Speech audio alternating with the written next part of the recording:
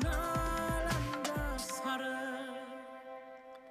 Good morning, listeners. You have joined with us today for the School Wave Nalandasara Invited School program.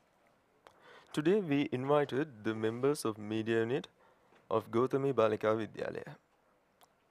So, let's welcome them first of all. Yeah, thank you, Aya. First of all, of the behalf of the media unit of Gautami Balika Vidyalaya, I'm expressing my heartfelt thank you for the communication unit of Nalanda College for inviting us for this radio broadcasting channel, Nalandasara. And also, before moving towards our topic, we are wishing all the very best for the upcoming work of this broadcasting. So today we are discussing about something which is really important and really common in the society. But unfortunately, people don't usually tend to talk about it, which is actually about mind matters, simply mental health. In present society, people often talk about physical health, but not with mental health. So, today broadcast, we are going to talk about what is mental health and the dimensions of mental health and the importance of the mental well-being to our lives, and as well as how we can improve our mental health and would lead to a happy and context life. So, actually, when talking about mental health, a lot of people think that mental health is only affecting psychologically to one's life, but actually it's not. So let's begin by asking a simple question: what exactly mental health is? So, mental health, it refers to a person's emotional, psychological, and social well being. It affects how we think, feel, and behave, how we handle stress and relate to others and make choices.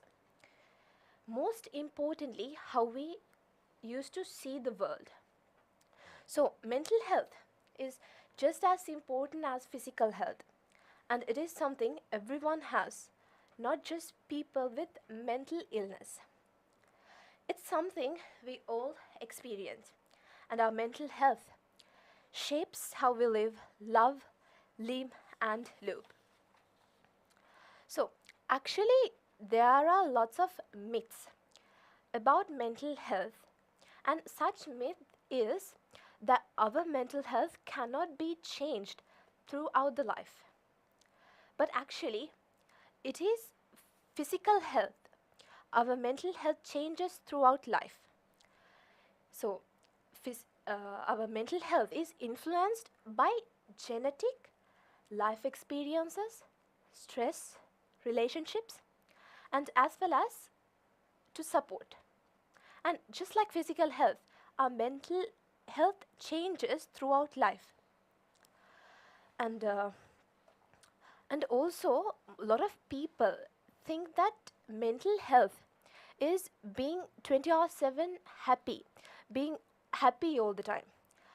And that's what we expect to be our mental health. But to be honest, mental health actually is about handling the ups and downs of the life with the resilience. So, life, life is just like a river which is full of ups and downs. So, handling all these ups and downs of life with resilience is simply mental health. So, when going through with the main categories of the mental health, it can be divided into four major areas. Four major areas, and first of all, emotional well being, and cognitive and psychological health, social well being and connection, and finally, behavioral health. So, let's talk about these criteria separately to get a clear idea about mental health. Among the categories of the mental health can be divided one of the most personal and powerful fact is emotional well-being. When we are going through with emotions, can we understand about the emotion that what we are facing through? When we are facing through several kind of emotions, we need to identify the emotion, exact emotion that what we are going through. And not only understanding, we can express them in a healthy and a constructive way. There are two ways we can express these emotions, in a healthy way and as well as in a destructive way. When expressing emotions in a destructive way, it may cause damages to ourselves and as well as to others. So it's important to express our emotion healthily and in a constructive way. So today I'm here with Mutuli. And Mutuli, I think understanding and expressing our emotions in a healthy manner is emotional well-being. And am I correct? What do you think about it? Exactly, okay. When we talk about the mind matters, the one of the most important factor we should talk about is emotional well-being. Emotion, as you defined, emotional well-being is understanding, managing, expressing emotions and feelings in a healthy and consecutive way. It's not about feeling happy all the time. That's not realistic. And emotional well-being means being able to feel range of emotions and not getting stuck in any of them. It's about bouncing back from a stressful mind by dealing with them in a healthy way. Emotions are the heart of our human experiences. Whether it's joy, anger, fear, sadness, or hope, our emotions are signals. They tell us something important about who we are and what matters to us. So, why this emotional well being matters to us? So, I think it's because it matters how we think and how we handle the stress and how we relate with others and how we perform in school, sports, and life overall. When your emotional well-being is strong, you can handle pressure easily. When you always feel motivated and when you always think positive, you make good choices. And also, when you have a good emotional well-being, people like to be with you. Therefore, you can make strong relationships and you can feel more motivated and focused by having them beside you. On the flip side, when emotional health is ignored, it can lead to anxiety, depressions, or burnouts. They say that people with high emotional well-being are 23% more likely to perform well in school or work. Yes, Nangi. So emotional balancing is more crucial when communicating in society. So I think there's many more to discuss, right? Yeah, there are many more to discuss. And So before that, we'll move on to a short music break.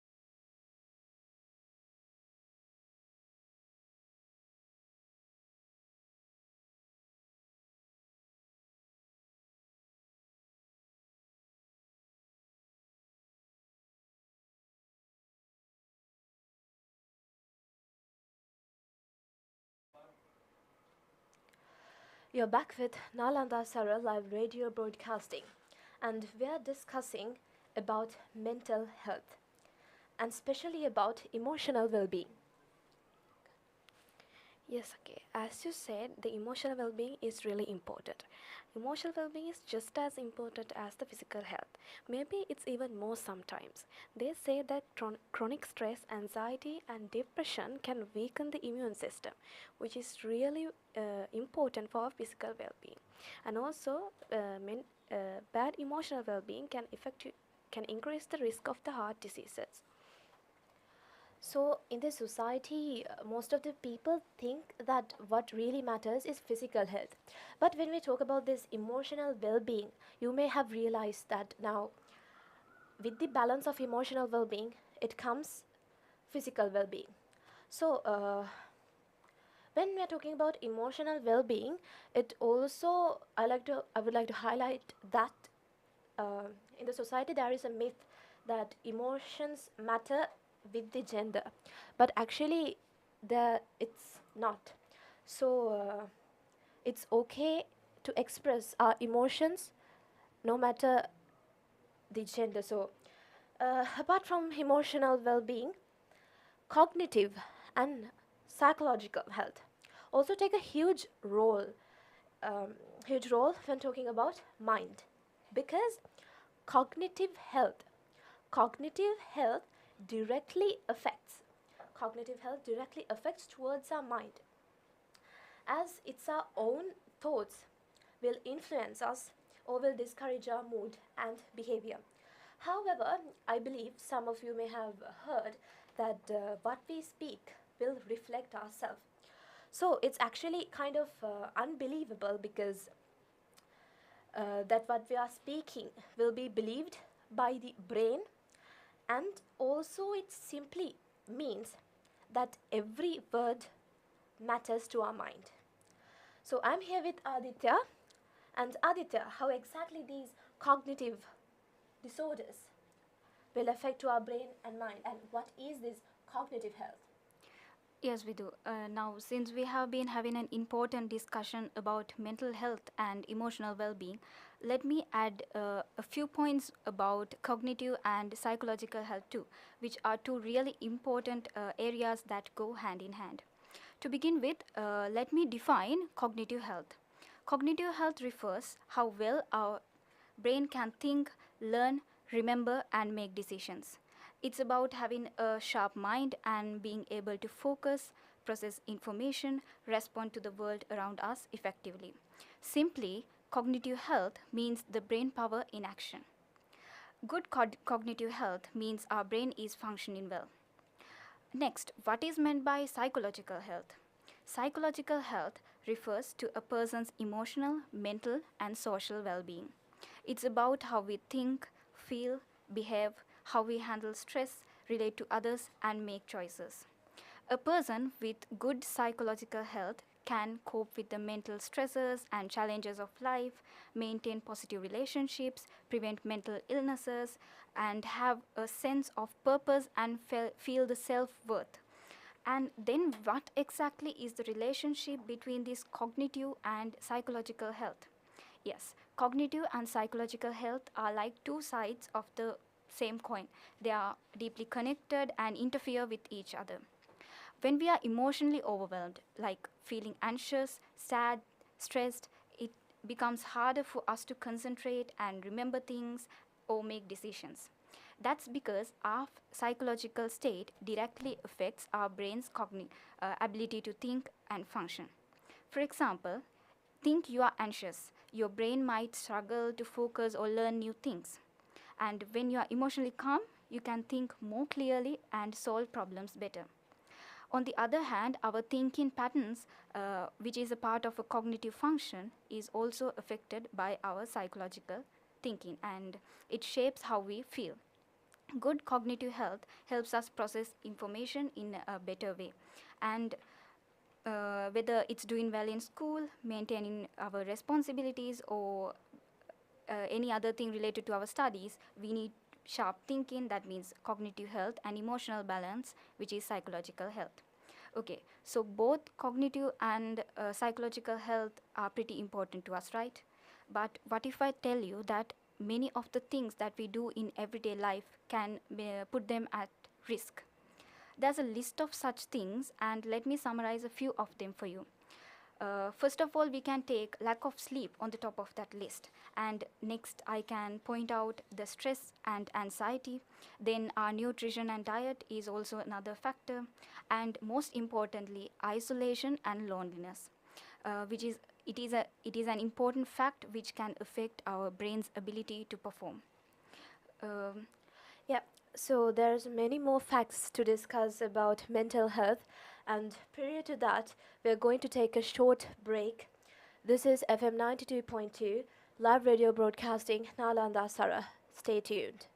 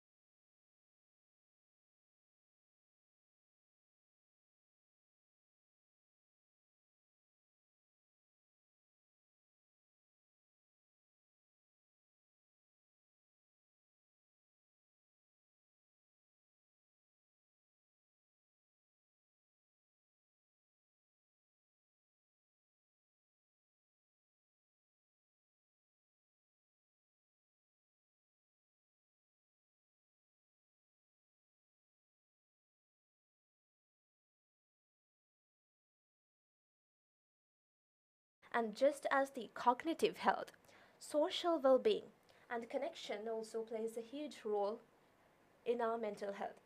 It's actually about the feeling of being connected to people, and to there's no need to prove to confirm that relationships play a huge role in our mental health.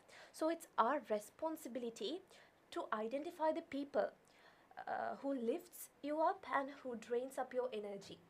So, Taminsa, what did you think about these connections, about these social activities, and about these relationships that we are following through with the relationships between family members, relationship between friends, relationship between peer groups? Are these relationships affecting for this our mental health, and what are the conditions, and what what is these relationships and connection actually means? Yes, so social well-being, when we are talking about it, it plays a crucial role regarding our mental health. So it's the part of our mental health which deals with how we connect with each other. This includes our family members, classmates, and even people that we meet in our everyday life. It means that being able to form strong and positive relationships with each other, and also being able to set boundaries and to communicate honestly and to trust others. So it's feeling that you belong, that someone truly sees you, someone values you, they hear you. But when this connection is missing, someone would feel they are alone, they are isolated, even if they are in a room with a lot of people. So isolation does not always mean that be alone. Yeah.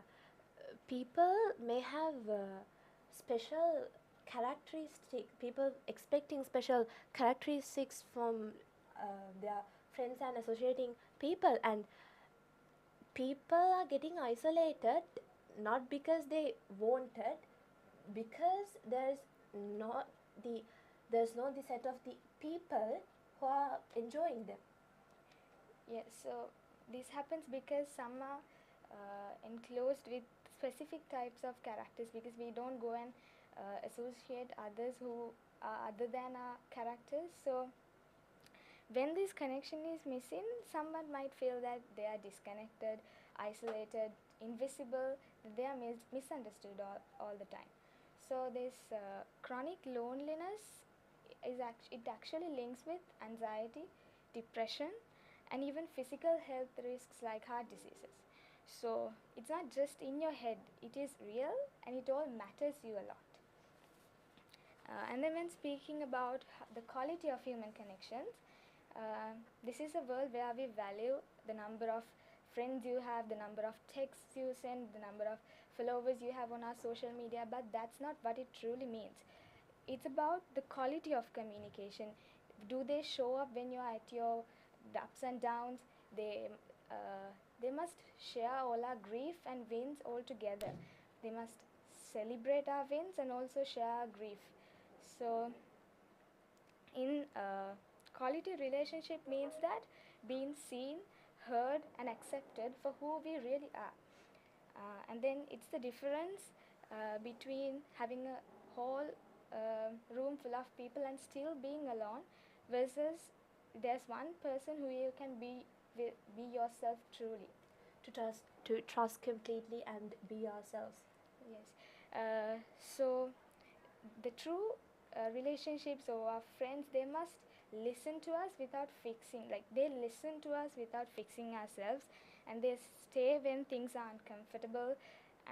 So research shows that people with few deep meaningful relationships maintain healthier lifestyles, happier and confident lifestyles than those who are surrounded by shallow and transactional ones. And strong social bonds can reduce our stress, and also they can act as a protection against depression. So it's not only about these relationships and connections, but also Tadara, it's so when we're talking about mental health, behavioral health, people often think that their daily routine or day-to-day activities will only affect for their physical health. It's such a myth that they are so, and there's no effect towards mental health. But the truth is, our daily routine and our day-to-day activities, habits will directly affect to our mental health, especially activities such as lacking of sleep. So, lacking of sleep, nutrition deficient meals, and addiction towards social media. So, what do what exactly is about this behavioral health? Yes, okay, so what you said was right. So, until now, we've talked about various topics under the topic of mental health. Now, I'm going to talk about the topic behavioral health and healthy habits. Let's be honest here. Most of us know we should sleep better, eat better, and stress less. But life happens, right? Today's conversation isn't about being perfect, it's about progress. So, first, what do we mean by behavioral health? Behavioral health is more than just mental health or therapy. It's about how our daily behaviors affect our mental, emotional and physical health. Think sleep, diet, exercise, stress management, even screen time. These aren't random lifestyle choices, they are daily habits that shape how we feel and function. The truth is, small habits adds up, right? Yeah, exactly. They either push us towards health or pull us away from it. So let's quickly go through three habits that make a real difference. First is sleep. Sleep is our brain's reset button. Yeah, so now you know that our habits will directly affect towards our mental health. So with the pros and cons of having connections and relationships and behavioral health, let's take a short break and stay tuned with FM 92.2 live broadcasting Nalandasara.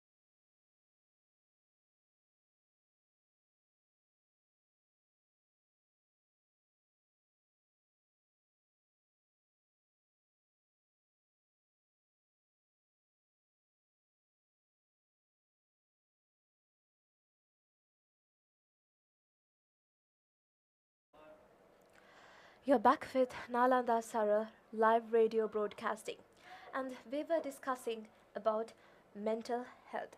So now you know about our habits will directly affects towards our mental health. So start small, trying with 30 minutes sleep early, walk 10 minutes per day, and replace scrolling with journaling. And so, Tedara, there are more facts, I guess there are more facts about behavioral health.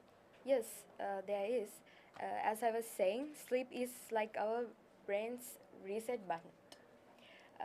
Adults need 7 to 9 hours sleep a night. Most people don't get enough. Poor sleep leads to irritability, low energy, anxiety, even heart attacks. So, the second thing is movement. Just You don't have to go to the gym every single day. Just stretch in the morning. Take a walk after dinner. Dance to your favorite song. Movement helps reduce stress and boost mood.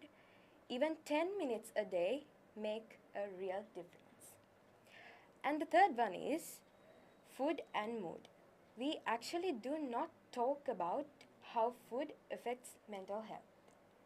High sugar, highly processed diets can lead to mood swings and inflammation. On the flip side, real food like fruits, vegetables, whole grains, healthy salads, healthy fats can support brain function and emotional balance. Start small.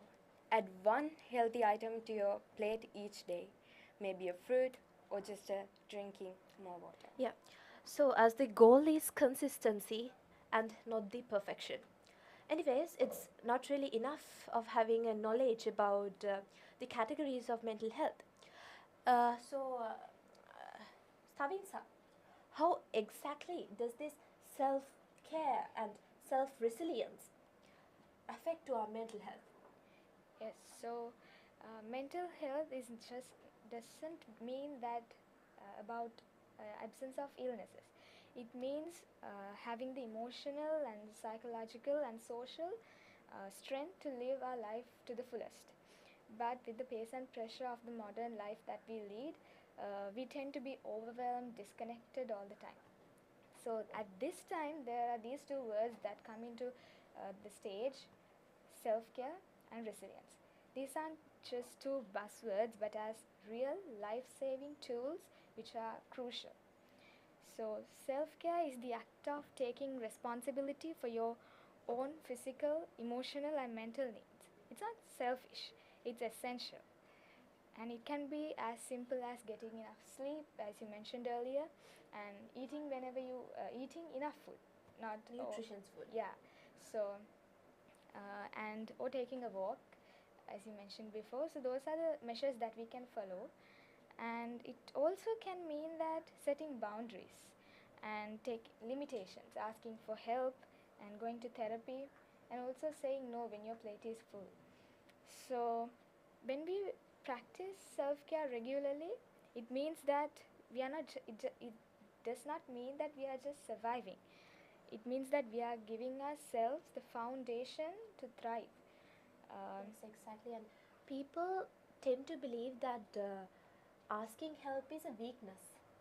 Yeah, actually, that's not.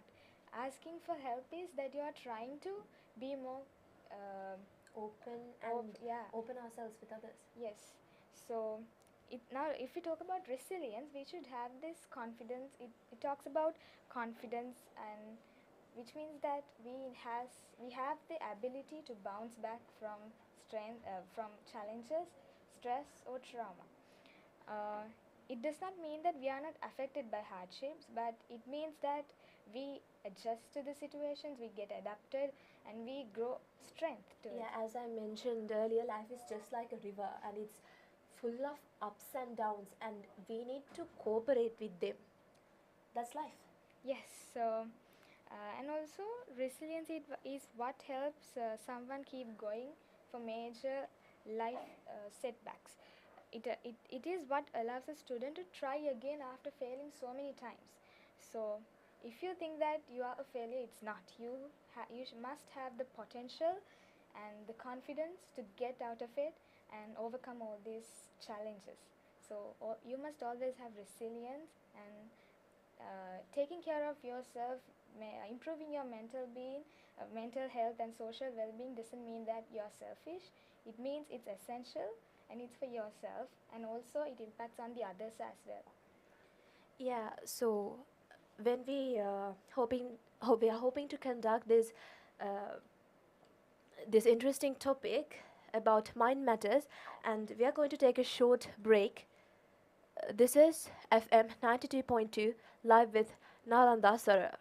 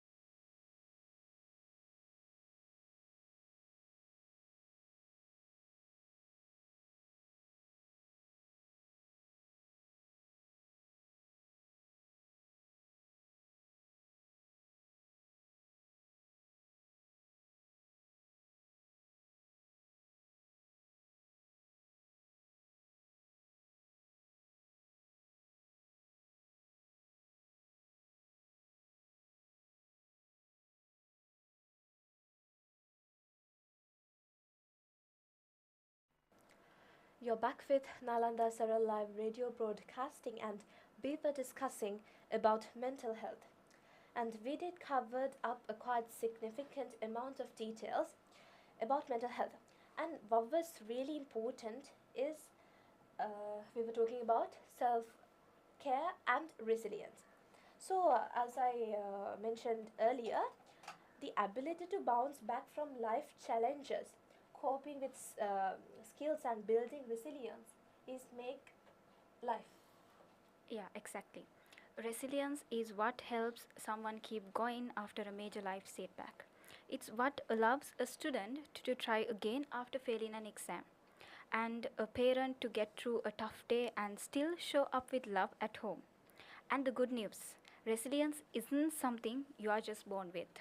It can be learned, built, and strengthened over time, especially through self care. So, how do these two ideas, self care and resilience, impact mental health? When you neglect self care, you are more likely to experience stress, anxiety, burnouts, or even depression. Your coping resources shrink, you are becoming more reactive, less focused, and emotionally exhausted. But when you prioritize your well being, even in the smallest ways, you give your mind the space to heal, recover, and stay balanced. And with resilience, you gain self confidence in your ability to face the challenges and stresses instead of being defeated by them. Together with self care and resilience, we can create a better life. And they do not prevent hardships, but they protect our mind and spirit when it gets tough. Yeah. Anyways, it's not really enough to having a knowledge about the categories of the mental health and resilience. When we are talking about mental health, it's really important to should know the idea about the mental health conditions. So, when we are reminding about mental health conditions, first and foremost, what we come into our mind is depression and anxiety. So, Mutuli, are there any other mental diseases expect anxiety and depression? Yes, exactly. Okay. Under the mental health conditions, there are common conditions that we all can see in the modern society. As you said, depression is really common in our society, and after that, there are some more disorders like anxiety disorders, bipolar disorders, and schizophrenia, a disease, a chronic mental disorder affecting thinking, perception, emotions, and behavior. And also, there are some more disorders, post traumatic stress disorder, which is also known as PTSD, and obsessive compulsive disorder, which is also known as OCD. And yeah, if we talk about these disorders a little bit, so most of the common symptoms of these disorders are people with these disorders feel empty, sad, or numb for long periods, and they lose interest in the activities once they enjoy it. They also face difficulty in sleeping, or sometimes they sleep too much, and also they feel fatigue and low energy, and also they get thoughts of worthlessness or suicides. Yeah, under the anxiety disorders, there are some. There Yeah, are with the word of suicide, I just remembered that suicide means the pressure. It means people don't really open up and they bottled up their emotions with themselves, and when they can't express their emotions clearly out, and with the pressure, they tend to suicide. Yeah, exactly, Akle. As you said, sometimes people with these disorders take decisions that they regret later. So for people like that, there are support available in our society. So they have professional help. They can take help from the And psychologist. yeah, as I previously mentioned, a lot of people believing that if we open up to somebody, if we tell our problem to somebody, they may think that we are weak. So, generally, we are humans. Yeah, we are all humans, but we are unique. We are different. So, each and every person has different level of sensitivity. So, when it hurts, it's hurting no matter what. So opening up and sharing the problems is not just a sign of weakness. So Yes, okay, exactly. As you said, there are various age categories in our society. So, in each and every category, they have their own problems. We can't judge their problems because their problems are coming from their own age. And also, as you said, there are some support available in the society. yeah, So, also, it's not like a. Uh, you can get help from others if you want. You don't need to stay rock bottom to get help. So the earlier you get support, earlier you can solve your Recover, problem. yeah. Yes. And also, other than, I was saying that, like, other than professional help, you can take support from peer and family support, and also you need to self-aware Yeah. about yourself. Yeah. So today we explored something which really matters to society. Our mind matters about emotions, thoughts, habits, connection, challenges, and as well as healing. So, about the fact that people who express these feelings are weak is a clear misunderstanding. And taking and normalizing the fact about mental health can actually create a better society with full of compassion and mindfulness. Thus, the more we talk about this mental health, the more we reduce stigma and build compassion. And there's one thing we hope you remember that every mind matters and mental health matters for everyone. So it is okay to ask for help and it is okay to not to be okay. So we are about to wrap up today's conversation brought up by the media unit of Gautami Balika Vidyalaya, and I would like to extend our special thanks for the communication unit of Nalanda College and also our fellow Nalandians for inviting us for their live radio broadcasting channel Nalandasara, as well as for their valuable effort and dedication. Thank you for joining us, and we hope you have a good day. I'm Aditya Gurusingha. I'm Mudalisa Atma. And I'm Vidutharila Tara from the media unit of Gautami Balika Vidyalaya.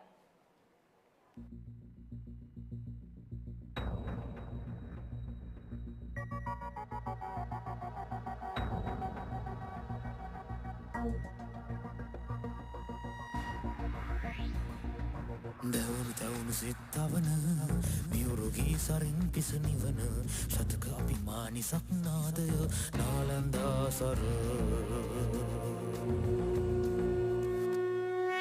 නිරනාඹර පවන සිසාරා රැවුතෙන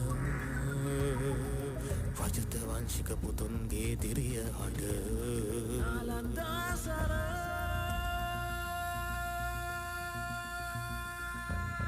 සිප්සරින්